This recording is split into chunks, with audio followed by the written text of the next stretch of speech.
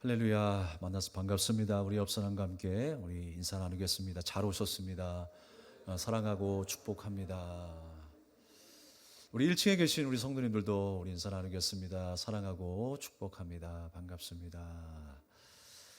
오늘 주 안에서 평안하십시오. 오늘 주 안에서 기뻐하십시오. 오늘 말씀의 제목은 믿음 없이 건널 수 없는 바다라는 제목으로 함께 은혜를 나누겠습니다. 이번에 참 많은 폭우가 내렸습니다. 그래서 많은 피해를 보았어요. 사망자가 13명 정도 되었고요. 6명이 실종되었고, 정말 안타까운 뉴스 중에 하나는 반지하에 살던 분들이 탈출을 하지 못하고 끝내 그 안에서 이 폭우로 인해 참변을 당했던 뉴스, 그 뉴스를 들었을 때 참 가슴이 아팠습니다. 그리고 1만 대 이상의 차들이 이 물에 잠기게 되어서 사용할 수 없게 되었죠. 그걸 볼 때에 고급 승용차면 뭐 하겠어요? 이번에 참 그런 모습들을 보면서 고급 명품을 들고 다니면 뭐 하겠습니까? 옷을 입으면 뭐 하겠습니까? 어느 순간에 물에 잠기니까 아무것도 아니더라고요. 아무것도 아니고 사용을 할 수 없게 된 그 모습을 보면서 정말 안타깝다라는 생각을 하게 되었습니다. 내 마음대로 움직일 수 없을 때 얼마나 당황스러운 순간이 될까요? 내가 어찌할 바를 몰라서 그 하수구 맨홀에 빨려 들어갈 때 얼마나 당황스러울까요? 그 모습 생각하니까 참 답답했습니다. 빨리 복구되어 정상화되기를 함께 기도해 주시기를 바랍니다. 오늘 본문의 말씀은 예수님이 제자들과 함께 배를 타고 하다가 풍랑을 만나는 이야기입니다. 바다에 큰 놀이 일어나서 그 물이 배를 덮치게 된 거예요. 정말 어떻게 해야 할지 모르는 상황이 되었을 것입니다. 물이 덮쳤을 때 어떤 상황이 되었을까요? 방향을 정할 수가 있을까요? 한 걸음이나 앞으로 나아갈 수 있을까요? 아무것도 할 수 없는 지경이었을 것입니다.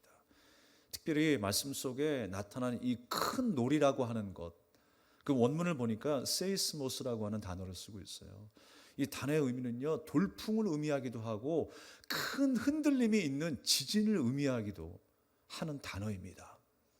그런데 이 단어가 쓰일 때는 어떤 일이 벌어지냐면 하나님이 개입하시는 역사가 나타나요. 그래서 이런 돌풍이 일어났다, 풍랑이 일어났다라고 하는 것은 그냥 우연히 일어난 사건이 아니라 하나님께서 어떤 일들을 이루시기 위해서 개입하시는 하나의 사건이라고 하는 거예요. 하나님의 계획이 있었다라고 하는 것입니다. 오늘도 제자들을 향한 예수님의 계획하심이 있으셨어요. 그냥 우연히 일어나는 일이 아니었다라는 것입니다. 이 말씀이 또한 어디에서 사용되냐면 여러분 잘 아시는 바울과 실라가 옥중에서 찬양하는 장면이 나오죠. 사도행전 16장 26절의 말씀을 보면 이에 호련히 큰 지진이 나서 옥터가 움직이고 문이 곧 다 열리며 모든 사람의 매인 것이 다 벗어진지라 라고 했어요. 하나님을 찬양하고 있었을 때에 지진이 일어났다고 그랬습니다. 그 감옥이 흔들린 거예요. 하나님의 개입하심이 있었습니다. 하나님의 함께하심의 역사를 나타내고 있는 장면이죠. 오늘의 풍랑도 다를 바가 없습니다. 하나님께서 뭔가 계획하고 계시다라는 거예요. 그런데 이 난리 속에서 예수님은 잠을 주무신다니 이거 말이 안 되는 상황이죠. 어떻게 예수님이 주무실 수 있을까? 그 난리통 속에서. 그런데 예수님의 분명한 의도가 있었다라는 것입니다. 예수님께서 주무셨던 이유는 뭐냐면 예수님께서 여러분 바다의 상황을 모르셨을까요? 그 긴급한 상황을 느끼지 못하셨을까요? 물론 피곤하셨기 때문에 주무실 수 있었을 거예요. 그런데 여러분 주님은 하나님의 아들이세요. 전능자 하나님이세요. 우리 앞에 모든 일들을 다 알고 계신 분이 바로 예수님이세요. 그럼에도 불구하고 예수님은 의도적으로 주무시고 계시는 거예요. 제자들 앞에서 지금 그 주무시는 모습을 보이고 계시는 거예요. 여러분 예수님께서 이 땅에 오셨을 때 오시기 전에 예수님이 고난당하시고 죽으실 것을 모르셨을까요? 아니에요. 다 아셨어요. 다 아셨음에도 불구하고 이 땅에 그 고난을 친히 당하시기 위하여 오셨어요. 주님은 앞으로의 모든 일들을 다 알고 계시는 분이십니다. 그런데 주님께서 오늘 의도적으로 주무시면서 제자들에게 뭔가 말씀하시는 바가 있다라고 하는 거예요. 앞으로의 일을 내다보시고 의도적으로 주무시는 모습을 우리에게 보여주십니다. 주님은 이 땅에 오실 때 바로 그런 모습으로, 다 알고 계시지만 주님께서 이 땅에 친히 죽으심으로 또한 주의 사명을 감당하셨어요. 우리가 가야 할 길이 무엇인가를 알게 하시고 우리의 길이 무엇인가를 알게 하신 예수님, 주님께서 먼저 그 길을 가시고 또한 우리가 가야 할 길임을 알게 하셨다라고 하는 사실입니다. 특별히 여러분, 예수님께서 잠드셨다라고 하는 것, 우리가 이 잠에 대해서 이야기를 많이 나눴잖아요. 잠이 무엇인가? 바로 성경은 죽음을 상징하고 있어요. 예수님께서 지금 잠들어 있다라고 하는 것은 죽음의 상태를 의미하고 있는 것입니다. 요한복음 11장 11절의 말씀에 보면 나사로에 대한 이야기가 나오는데 예수님께서 뭐라고 말씀하십니까? 이 말씀을 하신 후에 또 가라사대 우리 친구 나사로가 잠들었도다. 그러나 내가 깨우러 가노라 그랬어요. 나사로가 죽은 게 확실해요. 근데 예수님께서는 그 죽은 나사로를 잠자고 있다라고 말씀하시는 거예요. 내가 깨우러 간다라고 말씀하고 있는 것입니다. 여러분, 누가복음에서는요 잠들었다라고 하는 것을 아핍노라고 하는 단어를 쓰고 있는데,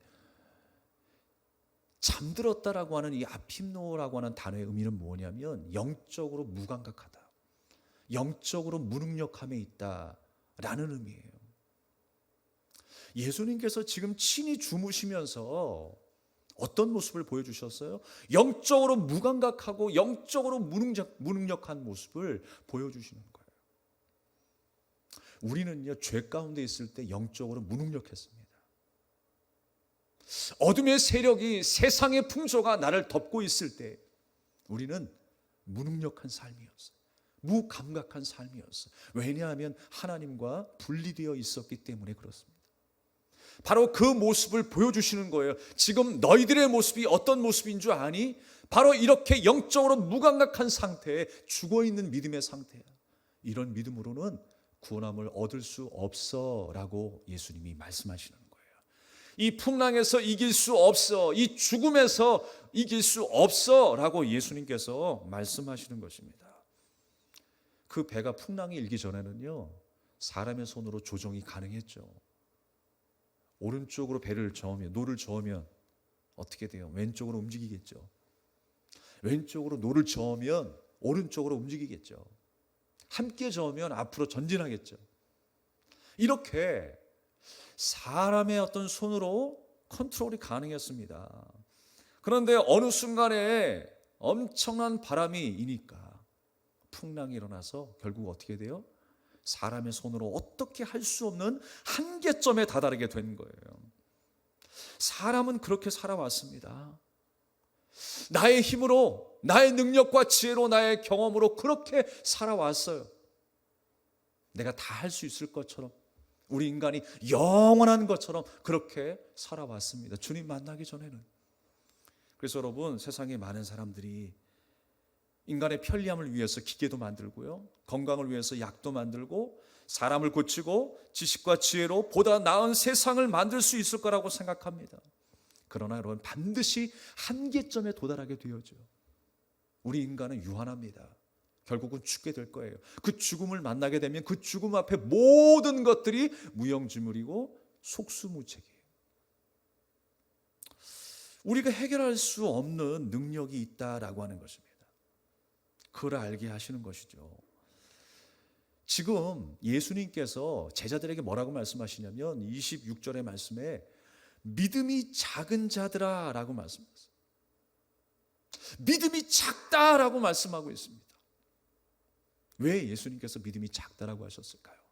믿음이 작다라고 하는 의미는요, 거의 신뢰하지 않고 있다라고 하는 의미예요.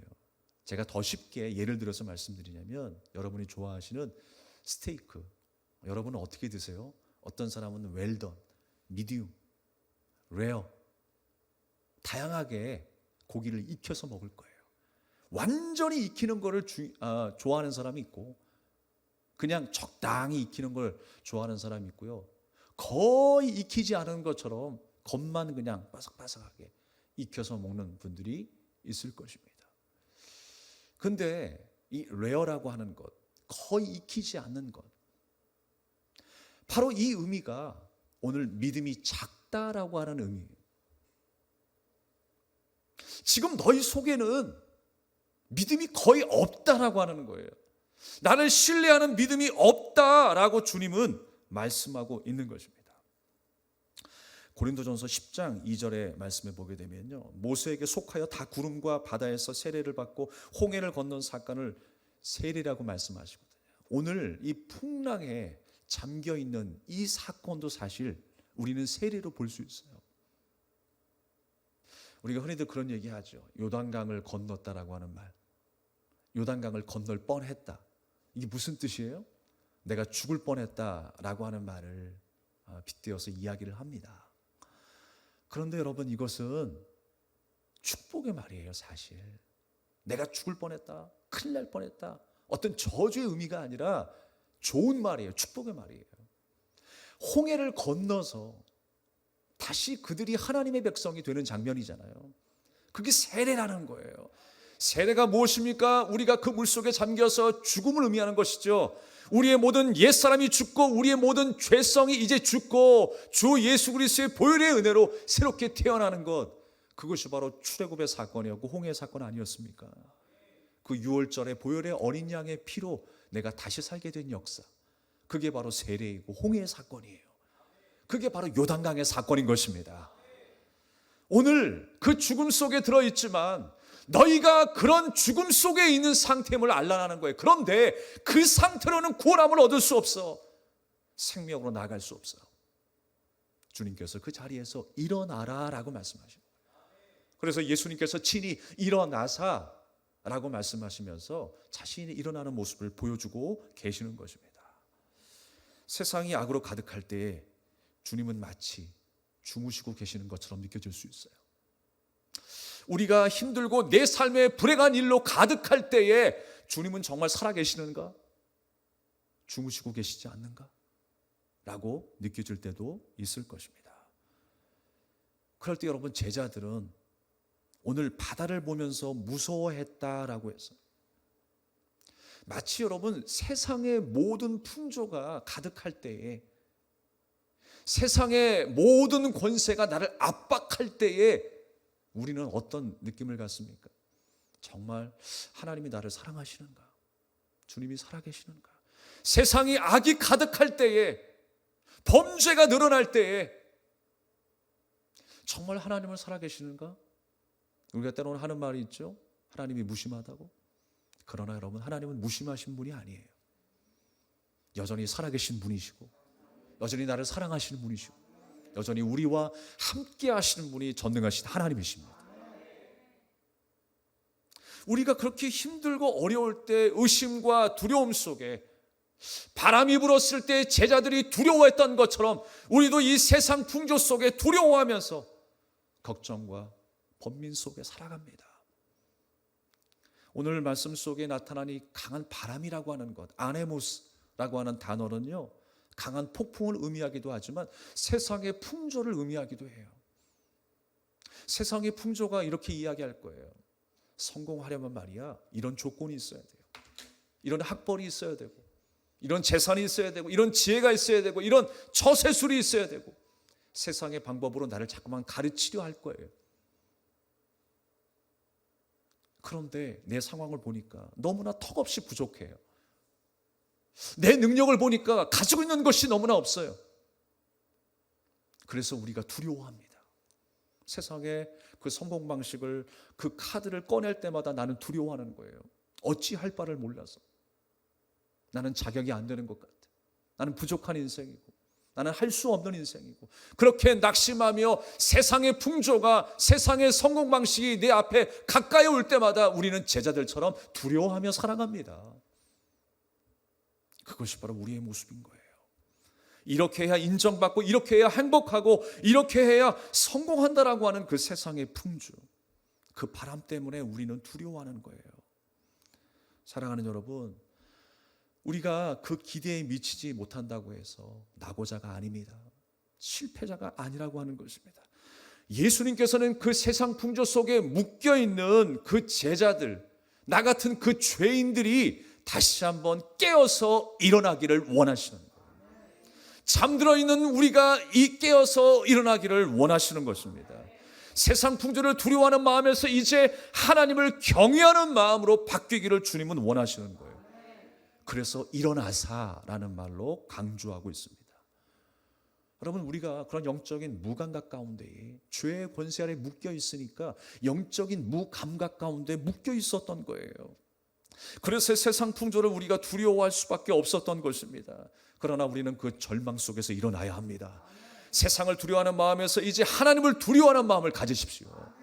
그 전능자 하나님께서 뜻이 계셔서 그 풍랑을 만나게 하셨고, 또한 뜻이 계셔서 그 배 가운데 함께 계신 예수님을 만나게 하신 줄로 믿습니다. 그것이 바로 하나님의 뜻이었다라는 거예요.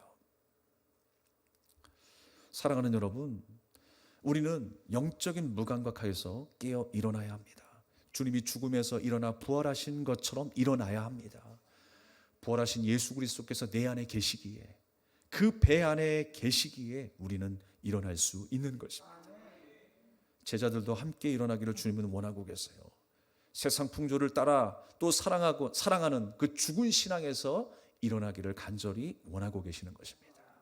25절의 말씀에 보면 주여 구원하소서 우리가 죽겠나이다 라는 말씀이 있습니다. 믿음의 소리 같고 예수님께 도움을 간청하는 것 같지만 사실 다소 원망의 소리가 강해요. 누가복음의 말씀에는 그 의미가 확연히 드러나고 있습니다. 누가복음 말씀에는요, 선생님이요, 마가복음의 말씀이군요. 마가복음 4장 38절의 말씀 속에 선생님이요 우리의 죽게 되는 것을 돌아보지 아니하시나이까. 이거 원망 섞인 말로 예수님께 말하고 있어요. 그러니까 제자들의 마음은 어떤 마음이냐면 예수님과 나와는 스승과 제자의 관계를 뛰어넘지 못하고 있다는 거예요. 여러분, 그 아비 규환의 상황 속에서 예수님을 바라볼 때에 구원자 예수님으로 바라볼 수 있어야죠. 우리가 신앙생활하면서 예수님과 나와의 관계가 어떤 관계인가를 한번 가만히 묵상해 보십시오. 정말 나는 예수님을 나의 생명의 구원자로 여기고 있는가? 나의 전부이신 전능자로 여기고 있는가? 그렇다면 여러분, 이런 어려움을 만났을 때에 주님을 대하는, 주님 앞에 간구하는 우리의 태도는 어떤 모습일까요?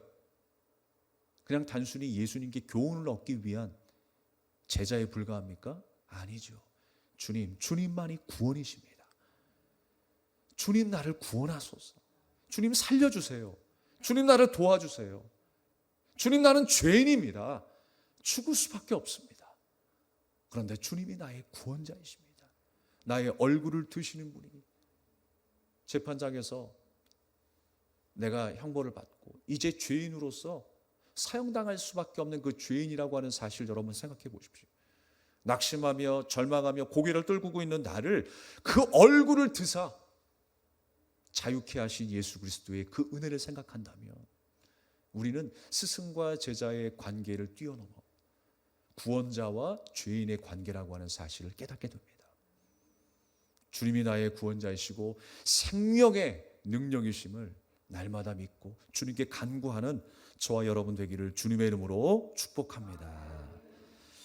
27절의 말씀에 보니까 예수님께서 그 말씀에 뭐라고 말씀하세요? 예수님께서 말씀하시고 명령하시니까 큰 놀이 일었던 그 바람이 바다도 순종했다 그랬습니다. 이건 여러분 엄청난 큰 의미입니다. 순종했다 그랬어요. 이 바람과 바다가 순종하지 않을 때는 어떤 상황이 돼요? 다 죽게 생긴 거예요. 한 걸음도 나아갈 수 없는 상황에 있는 거예요. 방향도 잃어버리고 목적도 잃어버린 상황 가운데 있었어요. 그런데 여러분, 예수님이 말씀하시니까 그 바다와 바람이 순종했다 그랬어요. 그 순종했다라고 하는 의미 무엇입니까? 길이 보이기 시작했다라는 거예요. 우리를 향한 하나님의 계획이 있어서 큰 놀이 있었다고 그랬죠. 하나님의 계획이 이루어지고 있는 거예요. 우리는 아비규환 속에 아무것도 보이지 않는 그 두려움 속에 있지만 주님은 주님의 계획을 하나하나 이루어 가고 계세요. 우리의 걸음을 주님께서 한 걸음씩 한 걸음씩 나도 모르는 사이에 떼게 하시는 거예요. 그것이 바로 주님의 역사인 것입니다. 어느 순간에 그 바람이 나를 밀어서 주님이 원하시는 그 목적지까지 가게 하실 거예요. 요나가 풍랑을 만나서 큰 물고기 뱃속에 들어갔죠. 죽을 지경에 이르렀습니다. 그러나 여러분, 그 방향을 어디로 향하게 하시는 거예요? 니느웨로 향하게 하시는 거예요. 어쩌면 니느웨 반대 방향으로 전혀 상관없는 곳으로, 빠져나올 수 없는 곳에 물고기가 뱉어낼 수도 있었을 거예요. 그런데 하나님께서는 그 물고기를 통해서 요나를 뱉어내게 하세요. 니느웨로 향할 수 있도록 뱉어내게 하시는 거예요. 그것이 바로 하나님의 섭리인 줄로 믿습니다. 힘들고 어려워도 우리를 향하신 하나님의 손길이 여전히 나와 함께 하십니다. 우리의 모든 삶 속에 하나님께서 간섭하고 돌아보고 계신다는 사실을 기억하시면서 믿음으로 인내하는 저 여러분 되기를 주님의 이름으로 축복합니다. 최태성 장로님 이야기를 안 할 수가 없습니다. 엊그저께 소식을 접하고 여러분 많이 놀라셨을 거예요. 코로나 확진으로 인하여서 장로님이 응급실에 실려가시게 되었습니다. 그 순간에도 의식을 회복하다가 잃어버리시다가 계속 이렇게 왔다 갔다 하시는 가운데에 이제 음압실에, 중환자실에 들어갈 때는 거의 의식이 없으셨어요. 그리고 그 의사가 하는 말이 마음의 준비를 하셔야겠다고 말을 했습니다. 그 소식을 듣고 우리 권사님과 함께 통화하면서 너무나 참 가슴이 아팠어요. 권사님이 이렇게 이야기하시더라고요. 한 번만 더 살려주셨으면 좋겠다고. 한 번만 더.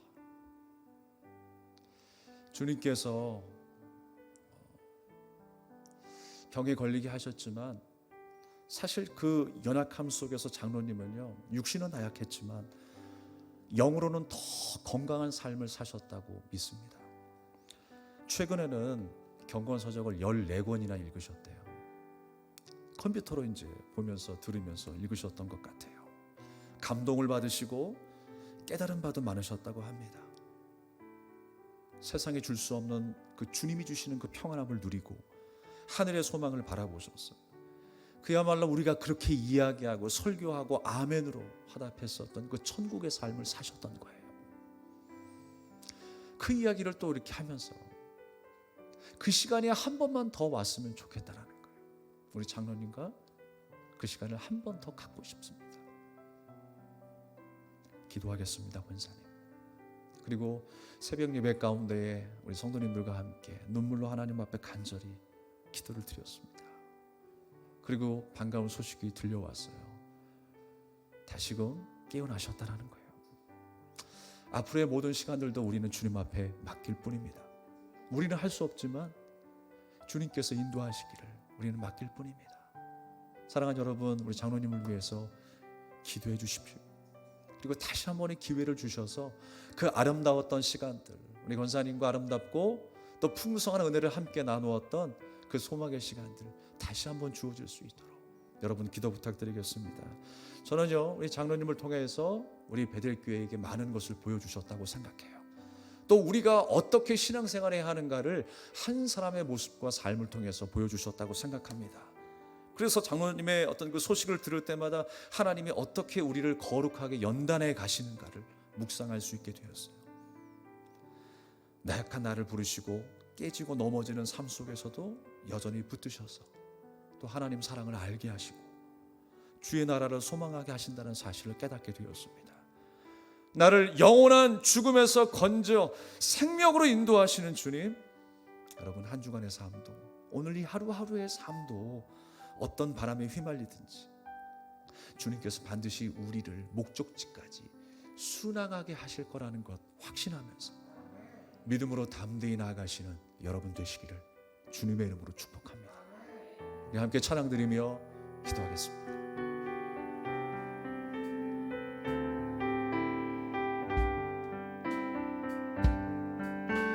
그 선하님의 고요히 감사하여 그 놀라운 평화를 누리며 나 그대들과 함께 걸어가네. 나 그대들과 하늘을 여네. 지나간 허물 어둠의 날들이 무겁게 내 영혼 짓눌러도 오 주여 우릴 외면치 마시고 약속의 구원을 이루소서. 그 선한 힘이 우릴 감싸시니 믿음으로 일어나릴 기대하네.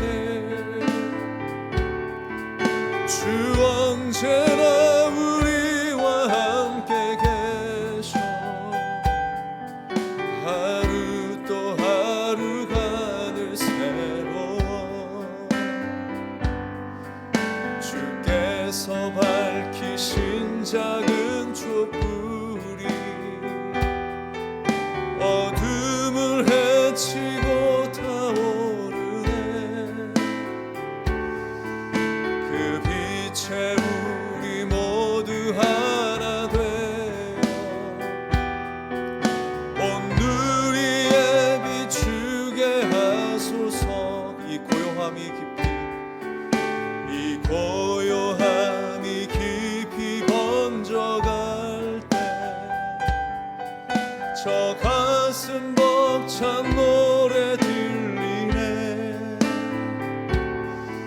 다시 하나가 되게 이끄소서. 당신의 빛이 빛나는 이밤 그 선한 힘이 우릴 감싸시니 믿음으로 일어나릴 기대하네. 주 언제나 우리와 함께 계셔. 하루 또 하루가 늘 새.